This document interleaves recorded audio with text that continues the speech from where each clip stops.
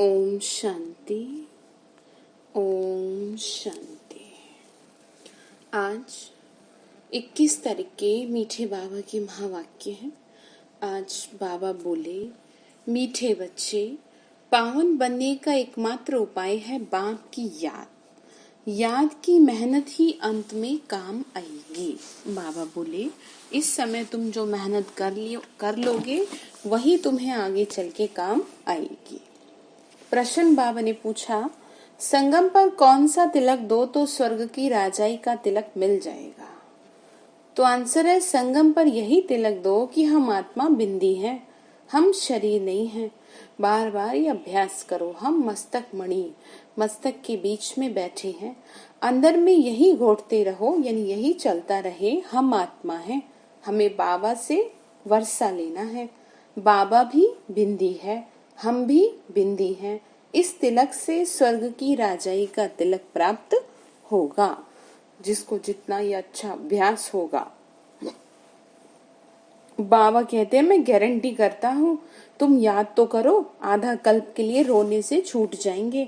बाबा क्या कह रहे, बच्चे तुम मुझे याद तो करो, तुम कभी नहीं रोओगे। फिर अभी तो पता नहीं चलता ना, रोना अर्थात दुखी होना।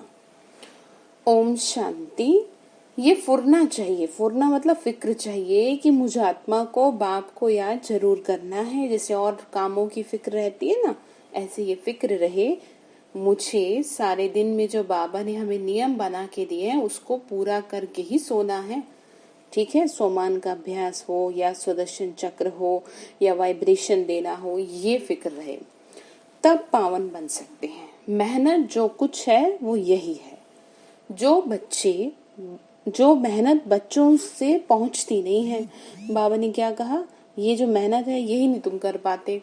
माया बहुत हैरान करती है, एक बाप की याद भुला देती है, दूसरे की याद आ जाती है। बाबा ने कहा, देखो कैसा करते हैं, बाप अथवा साजन को याद नहीं करते। साजन कितना प्यार करता है बाबा, ठीक है। अब ये थोड़ी है कि कोई मेल फीमेल की बात है, भगवान हमसे सबसे ज्यादा प्यार करता है, वही पार करेगा। इसीलिए उसको भिन्न भिन्न नामों से पुकारा जाता है। इसीलिए आरती में भी कहा ना, तुम ही हो माता पिता, तुम ही हो, सारे संबंध उससे कैसे जोड़े, इसी वजह से तो जोड़े। तो ऐसे साजन को कम से कम 8 घंटा याद करने की सर्विस करनी है, अर्थात साजन को मदद देनी है। समझाया है ना आपको, कौन सी मदद चाहिए? याद की मदद। याद करेंगे तो बाबा को मदद मिलेगी। किस लिए? पावन बनाने के लिए, सृष्टि को पावन बनाने के लिए मेहनत मिलेगी ना, कम से कम आप पे तो मेहनत नहीं करनी पड़ेगी। तो ये है बहुत बड़ी मेहनत। गीता में भी है, मन मना भव, बाप को याद करते रहो, उठते बैठते चलते फिरते एक बाप को ही याद करते रहो, और कुछ नहीं, बस पिछाड़ी ही यह याद काम आएगी। क्या कहा, लास्ट में पता चलेगा तुम्हें कि तुमने कितनी मेहनत करी है। अभी जो नहीं समझते ना, जो इग्नोर मार देते, हाँ कर लेंगे, हाँ ठीक है, क्या करें, टाइम नहीं मिलता, सारे काम करने के लिए टाइम है और बाबा की याद में बैठने का टाइम नहीं है, तो फिर कैसे करेंगे बताओ? तो स्वयं से स्वयं ही पूछ लें तो ज्यादा अच्छा है। तो बाबा ने कहा, बाप अथवा साजन को देखो याद नहीं करते, बाबा ने कहा, तभी तो पिछाड़ी में फिर ये याद काम आएगी ना। अपने को आत्मा अशरीरी समझो, अब हमको वापस जाना है। ये मेहनत बहुत करनी है। क्या कहा, ये मेहनत करनी है कि अब हमको वापस जाना ही है, डेफिनेटली यहाँ छोड़ना ही है दुनिया को, कोई ऑप्शन है नहीं। इसीलिए बाबा ने कहा कि क्यों यहाँ दिल लगा रहे हो, क्यों चाह रहे हो कि मेरा सम्मान हो, मुझे प्यार मिले, तो छूटना है यहाँ, तो कुछ भी नहीं रहना। तो फिर इसीलिए कह रहे हैं, मेहनत करो, सवेरे स्नान आदि करके फिर एकांत में ऊपर छत पर व हॉल में जाके बैठ जाओ। मतलब जिसके लिए जैसा पॉसिबल हो। अमृत वेले तो कई बार ऐसा होता है कि जैसे उठे वैसे ही, क्योंकि फिर वो सारा बुद्धि भटक जाती है ना, तो अमृत वेले बाबा को याद करने के लिए कोई स्नान की जरूरत नहीं है। लेकिन अगर पॉसिबल है, आपको लगता है आपकी बुद्धि फिर भी एकाग्र रहेगी तो ठीक है, लेकिन सुबह आँख खुलते ही बाबा की याद में बैठ जाना चाहिए। तो मुरली सुने और कुछ करें तो करें ना इस काम को। मतलब बाबा एक एग्जाम्पल दे रहे हैं कि इस तरह से हॉल में आके ऊपर बैठ जाओ, जितना एकांत हो उतना अच्छा है। हमेशा यही ख्याल करो, हमको बाप को याद करना है, बाप से पूरा वर्षा लेना है। ये मेहनत है, हर 5000 वर्ष बाद तुमको करनी पड़ती है। सतयुग, त्रेता, द्वापर, कलयुग, कहाँ भी तुमको ये मेहनत नहीं करनी पड़ेगी। बाबा ने क्या कहा, इस संगम पर ही तुमको कहते हैं कि मुझे याद करो बस। बाबा बोले बच्चे अभी थोड़ी सी दिन की मेहनत कर लो, फिर तो ये समय भी नहीं रहेगा। यही तो वेला है जब बाप कहते हैं मुझे याद करो। बाप आते ही संगम पर है, और कभी बाप आते ही नहीं। बाबा ने क्या कहा, मैं इसी समय आता हूँ और इसी समय ही तुमको मेहनत करनी है। तुम भी नंबरवार पुरुषार्थ अनुसार जानते हो। बहुत बच्चे बाप को भूल जाते हैं। बाबा क्या कह रहे, बहुत बच्चे बाबा को भूल जाते हैं, इसीलिए बहुत धोखा खाते हैं। क्यों? क्योंकि माया परेशान करती है, रावण परेशान करता है। रावण तो बहुत धोखेबाज है ना, आधा कल्प का यही दुश्मन है। इसीलिए मीठे बाबा हमको समझानी दे रहे हैं। सवेरे सवेरे उठकर ये विचार सागर मंथन करो, यही चार्ट रखो। बाबा ने कहा सबसे पहला काम सुबह सवेरे तुम्हें यही करना है। कितना समय हमने बाप को याद किया, कितनी जंग उतरी होगी। सारा मदार याद के ऊपर है, मतलब सब कुछ डिपेंड करता है, बाबा ने कहा, याद पर। बच्चों को पूरी कोशिश करनी है अपना पूरा वर्षा पाने के लिए। नर से नारायण बनना है, ये है सच्ची सत्य नारायण की कथा। ये क्या सुना रहे हैं, सच्ची कथा। इसी से बनेंगे। सच्ची कथा क्यों कहा, क्योंकि इस ज्ञान से ही तो बनेंगे ना। जिसमें जितना ज्ञान बैठा होगा उसी हिसाब से बनेंगे। फिर कहा भक्त लोग पूर्णमासी के दिन सत्यनारायण की कथा करते हैं। अभी तुम जानते हो ना 16 कला संपूर्ण बनना है। वो बनेंगे कैसे? वो कैसे बनेंगे? वो बनेंगे सत्य बाप को याद करने से। ठीक है, देवता बनेंगे ना बाबा की याद से। बाबा ने कहा कि बच्चे देखो तुमको मेहनत तो करनी पड़ेगी। तो बाप श्रीमत देते हैं। बाबा कहते हैं गृहस्थ में रहो, धंधा धोरी आदि कुछ भी करो, बस मुझे याद करो और तुमको पावन बनना है बस। याद नहीं करेंगे तो रावण कहीं ना कहीं से क्या करेगा, धोखा देगा। फिर कहीं ना कहीं धोखा खाते रहेंगे। इसीलिए बाबा मूल बात समझाते हैं याद की। याद पर मेहनत दो, मेहनत करो। मतलब शिव बाबा को याद करना है। देह सहित देह के जो भी संबंधी हैं उनको भूल जाओ और उनको भूल अपने को आत्मा निश्चय करो। बाबा ने कहा ये उनको भी आत्मा निश्चय करो। अगर नहीं भूलते ना तो इसीलिए आत्मा आत्मा है, सभी आत्मा है। तो बाबा बार बार समझाते हैं अपने को आत्मा समझ बाप को याद करना है, नहीं तो फिर अंत में बहुत बहुत पछताएंगे, क्योंकि प्रैक्टिस अभी से होगी नहीं। और फिर जब अंत में सबका सब कुछ छूटेगा तो कष्ट होगा आत्मा को, और अगर अभी से प्रैक्टिस होगी तो कोई फर्क नहीं पड़ेगा। बाबा ने कहा बहुत धोखा खाएंगे माया से, नहीं तो फिर अंत में बहुत बहुत पछताएंगे, धोखा खाएंगे। ऐसा कोई जोर से थप्पड़ लगेगा जो माया मुंह एकदम काला करा देगी। बाप आए हैं गोरा मुंह बनाने, मतलब पावन बनाने। इस समय सब एक दो का काला मुंह करते हैं। गोरा बनाने वाला तो एक बाप ही है, जिसकी याद से तुम गोरे यानी स्वर्ग के मालिक बनेंगे। ये है ही पतित दुनिया। बाप आते हैं पतितों को पावन बनाने। बाबा बोले मेरे आने का पर्पस ही ये है, पावन बनाना। बाकी तुम्हारे धंधे धोरी आदि से बाबा का कोई संबंध नहीं है। शरीर निर्वाध तुमको जो करना है सो करो। बाप तो सिर्फ कहते हैं बच्चे मन मना भव। क्या कहते हैं? सिर्फ मन मना भव, मन ही मन में मुझे याद करो। तुम कहते भी हो ना हम कैसे पावन दुनिया का मालिक बने, तो बाबा कहते हैं सिर्फ मुझे याद करो, बस और कोई उपाय है नहीं। पावन दुनिया का मालिक बनने के लिए कोई और ऑप्शन नहीं है। कितना भी दान पुण्य आदि करें, कितनी भी मेहनत करें, चाहे आग से आते जाते रहे, कुछ भी नहीं हो, कुछ भी काम नहीं हो सकता सिवाय एक बाप की याद से। बाबा ने कहा कुछ नहीं हो सकता इन सब, मतलब कितना भी तुम कुछ और कर लो, लेकिन तुम्हारे जो पाप कटेंगे ना, वो किससे कटेंगे? मेरी याद से। ठीक है, नाश होंगे ना पाप। चाहे बाबा ने देखो कहा कि आंख से भी, जैसे कई लोग ऐसे करते हैं ना, तो इसलिए कह रहे हैं कि उससे कुछ नहीं होगा। तो बाबा ने कहा बहुत सिंपल बात है, इसको कहा जाता है सहज योग। अपने से पूछो, हम अपने मीठे मीठे बाप को सारे दिन में कितना याद करते हैं? नींद में तो कोई पाप नहीं होते। बाबा ने कहा बच्चे जरा चेकिंग करो, अशरीरी हो जाते हैं, बाकी दिन में बहुत पाप होते रहते हैं, और पुराने पाप भी बहुत हैं।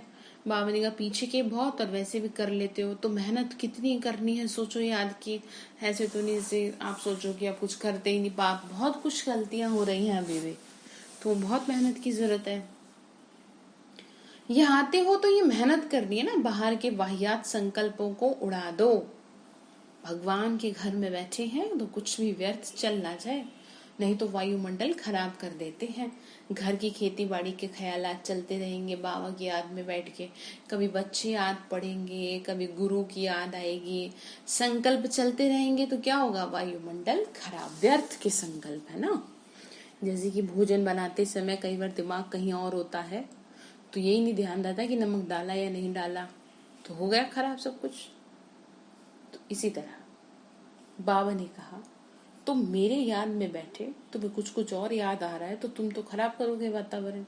तो इसीलिए अपने को हाई अलर्ट पे रखना है कि नहीं, मेरे दिमाग में कुछ चल कैसे सकता है, मैं भगवान के आगे बैठी हूँ या बैठा हूँ। तो ये इतनी महीन बातें हैं, तुम अभी जानते हो ना, फिर कभी नहीं जानोगे। बाप अभी ही वर्षा देते हैं, फिर आधा कल्प के लिए निश्चिंत हो जाते हैं। लौकिक बाप के फुरने ख्यालात और बेहद के बाप के फुरने में कितना अंतर है। मतलब दुनिया में सभी को अपने पिता की कितनी फिक्र रहती है, और बाबा की कितनी फिक्र है, जरा बताओ। बाबा ने का कितना अंतर है देखो, क्योंकि वो दिखता नहीं है और वो दिखता है, ख्यालात चलते रहते ना। तो बाबा कहते हैं कि भक्ति मार्ग में मुझे तुम्हारा कितना फुरना रहता है, भक्त कितना घड़ी घड़ी याद करते हैं। सतयुग में कोई भी याद नहीं करते। बाबा कहते हैं कि तुमको इतना सुख देता हूँ जो तुमको मुझे वहां याद करने की जरूरत ही नहीं रहती। तो हम जानते हैं हमारे बच्चे सुखधाम शांति धाम में बैठे हैं। बाबा ने कहा मुझे पता है, दूसरा कोई मनुष्य समझ ना सके। तो ऐसे बाप में निश्चय बुद्धि होने में माया विघन डालती है। बाबा कहे सिर्फ मुझे याद करो तो तुम्हारे में जो भी अलाई पड़ी है, चांदी तांबा लोहा, वो निकल जाएगी। विकारों की तरह तरह की अलाई पड़ी है ना, तो इसीलिए बाबा क्या कर रहे हैं, समझा रहे हैं कि उन्हें निकालना बहुत जरूरी है। ठीक है, गोल्डन एज से सिल्वर एज में आने में 2 कला कम होती हैं। ये बातें तुम सुनते और समझते हो। जो सच्चा ब्राह्मण होगा उनको अच्छी रीति बुद्धि में बैठेगा, नहीं तो बैठेगा ही नहीं। बाबा ने कहा देवता बनने वाली आत्मा होगी तो डेफिनेटली समझेगी। बाबा ने कहा अदरवाइज टिकेगी नहीं याद, बुद्धि से निकल जाएगी। तो सब कुछ डिपेंड करता है, बाबा बोले, मेरी याद पे। बार बार कहते हैं बच्चे बाप को याद करो। ये बाबा भी कहेंगे शिव बाबा को याद करो। कौन? ब्रह्मा बाबा। शिव बाबा खुद भी कहेंगे बच्चे मुझे याद करो। ज्योति बिंदु को याद करो। उसको खाली सोचने मात्र से ही पाप करने लग जाते हैं। ठीक है, तो इसीलिए तो जब योग कराया जाता है तो आपको कहा जाता है कि आप फोकस करें उस पे, ज्योति बिंदु पे फोकस करें कुछ कुछ सेकंड्स के लिए। ठीक है, तो आत्माओं को कहते हैं कि बच्चे, ये निराकार परमात्मा भी आत्माओं को ही तो कहेंगे ना। मूल बात तो यही है, यानी मेन बात। कोई भी आए तो सबसे पहले उनको बोलो अल्फ को याद करो, और कोई टिक टिक नहीं। सबसे पहला काम क्या है? अल्फ यानी अल्लाह को याद करो, उस ईश्वर को याद करो, परमेश्वर को याद करो, और अपने को आत्मा समझ के याद करो। इम्पोर्टेंट बात ये है, यही अंदर में घोटना है, यानी अंदर में इसी बात का एनालिसिस करना है कि यही चलता रहे। हम आत्मा है, गाते भी है ना तुलसीदास चंदन घिसे तिलक देत रघुवीर। तिलक कोई स्थूल थोड़ी दे रहे हैं कि ये ही तो तिलक है। आपको आत्मिक स्मृति की जागृति आई है कि मैं मस्तक के बीच में बैठी हूँ आत्मा, और मैं किसकी हूँ? मीठे बाबा की हूँ। तुम समझते हो ना, तिलक वास्तव में इस समय का यादगार है, तुम्हारी आत्मा का यादगार है। तिलक लगाया जाता है ना, बिंदी लगाई जाती है, तो ये इसीलिए लगाई जाती है कि आप ये मत भूलो कि आप यहाँ पर बैठे हो, मस्तक मणि। ठीक है, तुमको राजाई का तिलक मिलेगा, डबल सिरताज बनेंगे बाबा ने कहा। फिर राजाई का तिलक मिलेगा, अर्थात स्वर्ग के महाराजा महारानी बनेंगे। बाप कितना सहज बताते हैं, बस सिर्फ मुझे याद करो। क्या बताते हैं? मुझे याद करो। हम आत्मा हैं, शरीर नहीं। हमको बाप से वर्षा लेना है, इस बात को पक्का कर लो। ठीक है, क्या करेंगे?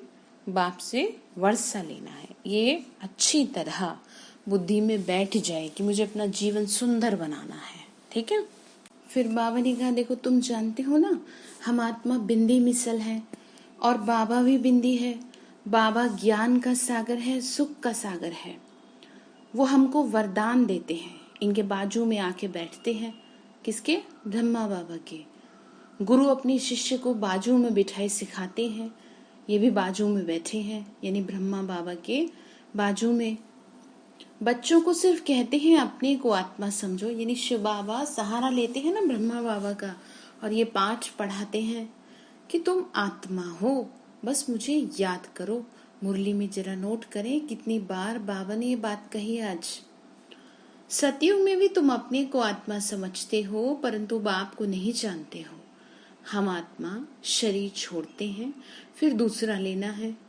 ड्रामा अनुसार तुम्हारा पार्ट ही ऐसा है, इसीलिए तुम्हारी आयु वहां बड़ी रहती है। पवित्र रहते हो ना, तो सतयुग में आयु बड़ी रहती है, कलयुग में छोटी हो जाती है। क्यों? क्योंकि वहां है योगी और यहाँ है भोगी। यहाँ मनुष्य विषय वासनाओं की वजह से भोगी कहलाता है, इसीलिए आयु कम होती है। और वहां सात्विक शुद्ध भोजन और विकारों से पूरी तरह से दूर, तो इसीलिए क्या कहा जाता है? पवित्र योगी होते हैं। तो वहां रावण राज्य नहीं है, आयु बड़ी रहती है। यह आयु कितनी छोटी है, इसको कर्म भोग कहा जाता है। कोई ना कोई कर्मों का हिसाब तो निकल के आएगा ना। तो वहां अकाले मृत्यु कभी होती नहीं। तो बाबा कहते हैं कि बाप को पहचाना है तो श्रीमत पर चलो। बाबा ने कहा, मुझे पहचाना है ना, तो मेरी बात मानो। एक बाप को याद करो, अपने को आत्मा समझो, और ये मत भूलो कि तुमको अब वापस घर जाना है।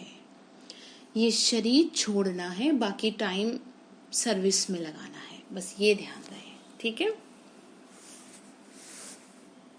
फिर बाबा ने आगे कहा, तुम बच्चे बहुत गरीब हो, इसीलिए बाप को तरस पड़ता है। कैसे हैं गरीब? ज्ञान नहीं था तो गरीब ही थे ना। तुम बुढ़ियाओं कुब्जाओं आदि को कोई तकलीफ नहीं देते। बाबा ने कहा, मैं तुम्हें कुछ कहता हूँ, बूढ़ी को कुब्जा कहा जाता है।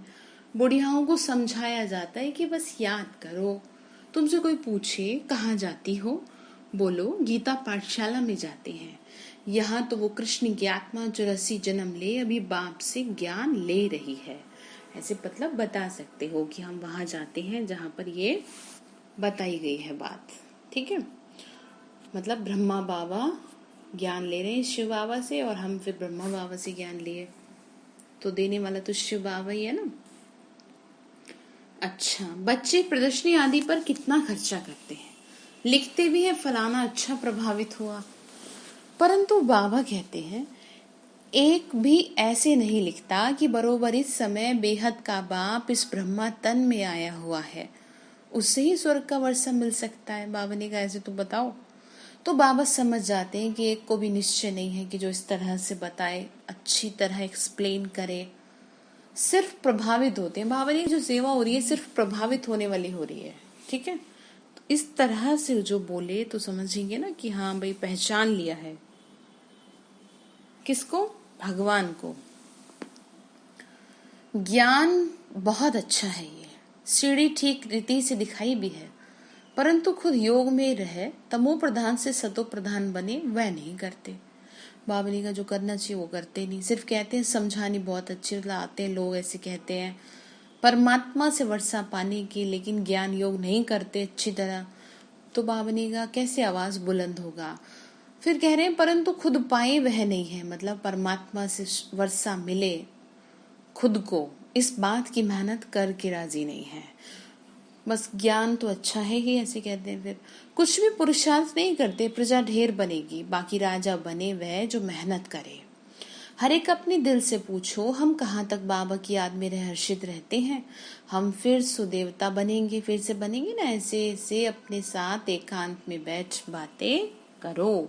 क्या करेंगे? ऐसे बात करनी अपने से।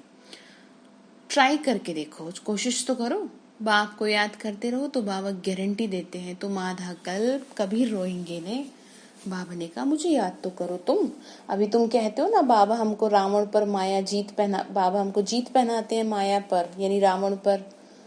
जो जितनी मेहनत करता है अपने लिए ही करते हैं। फिर हम आएंगे नई दुनिया में, पुरानी दुनिया का हिसाब किताब भी चुकतू करना है।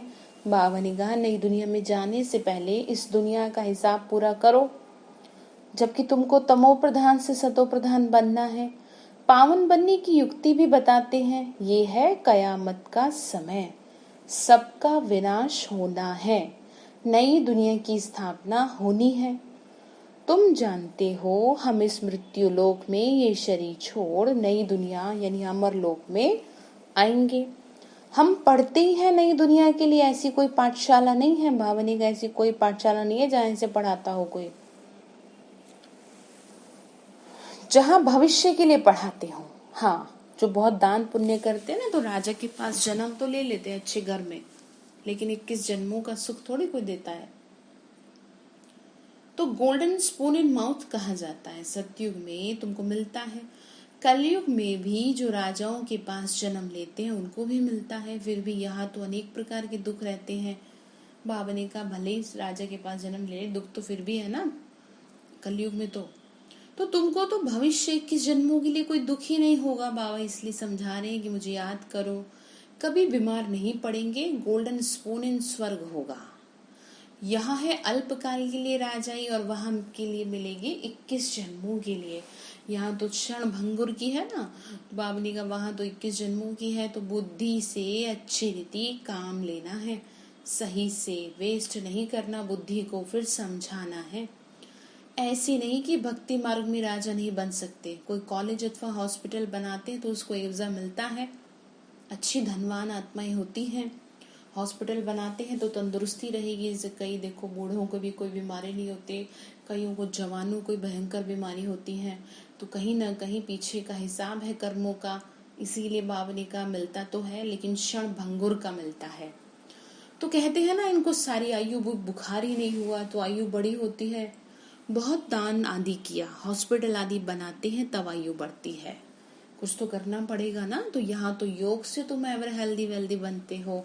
बाबा ने कहा यहाँ तो तुमसे कुछ कह ही नहीं रहा, तुम बस मेरी याद में रहो तो तुम्हारा शरीर भी अच्छा और तुम धनवान भी हो जाओगे अच्छे। योग से 21 जन्मों के लिए शफा पाते हो। ये तो बहुत बड़ी हॉस्पिटल, बहुत बड़ी कॉलेज है, कितनी बड़ी यूनिवर्सिटी भी है। बाप हर बात अच्छी रीति समझाते हैं। बाप कहते हैं जिसको जहाँ मजा आए, जहाँ दिल लगे वहां जाकर पढ़ाई पढ़ सकते हैं। मतलब किसी को कहीं सेंटर में जाके अच्छा लगता है तो ऐसी कोई मना नहीं है, क्योंकि सब बाबा के हैं। ऐसे नहीं कि हमारे सेंटर पर आए, इनके पास क्यों जाते हैं, नहीं, जिसको जहाँ चाहिए वहां जाए। ठीक है, तो बाप तो एक ही है, पढ़ाई भी एक ही है, मुरली भी एक ही है। ऐसा तो है नहीं कोई अलग अलग मुरली चल रही है। तो मुरली तो पढ़कर सुनाते हैं ना, वो मुरली यहाँ से आती है, फिर कोई विस्तार से अच्छा समझाते हैं, कोई सिर्फ पढ़ के सुना देते हैं। बाबा ने कहा देखो मुरली तो मधुबन से ही आ रही है, ठीक है, सबके सुनाने के एक्सप्लेन करने के तरीके अलग अलग हैं, तो जिसको जैसी अच्छी लगे वो सुने, कोई दिक्कत थोड़ी है। तो भाषण करने वाली अच्छी ललकार करते होंगे।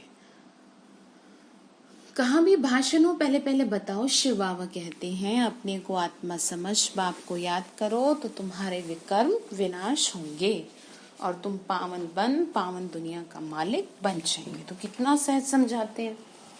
क्या कहा बाबा ने, देखो कितना सहज बता रहा हूं तुम्हें, ठीक है। अच्छा, मीठे मीठे सिक्की लुटे बच्चों प्रति माता पिता बाप दादा का याद प्यार और गुड मॉर्निंग। रूहानी बाप की रूहानी बच्चों को नमस्ते।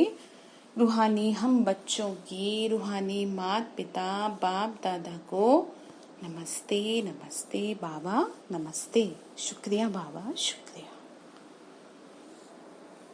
तो धारणा के लिए मुख्य सार है, पहली पॉइंट है बाहर के वाहियात मतलब व्यर्थ ख्यालातों को छोड़ एकांत में बैठ याद की मेहनत करनी है। व्यर्थ के ख्यालात, सवेरे सवेरे उठकर विचार सागर मंथन करना है और अपना चार्ट देखना है कि हम इस समय कहाँ स्टैंड कर रहे हैं। तो दूसरी पॉइंट है, जैसे भक्ति में दान पुण्य का महत्व है, ऐसे ज्ञान मार्ग में याद का महत्व है। याद से आत्मा को एवर हेल्दी वेल्दी बनाना है। बाबा की याद से ना अशरीरी रहने का अभ्यास करना है। क्या मेहनत करनी है? याद की मेहनत करनी है।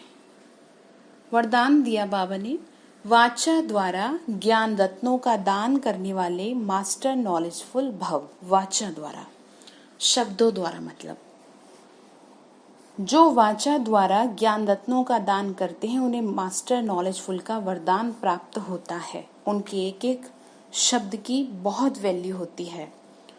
जो वाचा से क्या करते रहते हैं, मतलब जुबान से मुख से सुनाते रहते हैं ज्ञान रत्नों को, वो क्या हो जाता है, एक एक शब्द बहुत वैल्यू हो जाती है। उनका एक एक वचन सुनने के लिए आत्माएं प्यासी होती हैं। उनके हर शब्द में सेंस भरा होता है, ठीक है।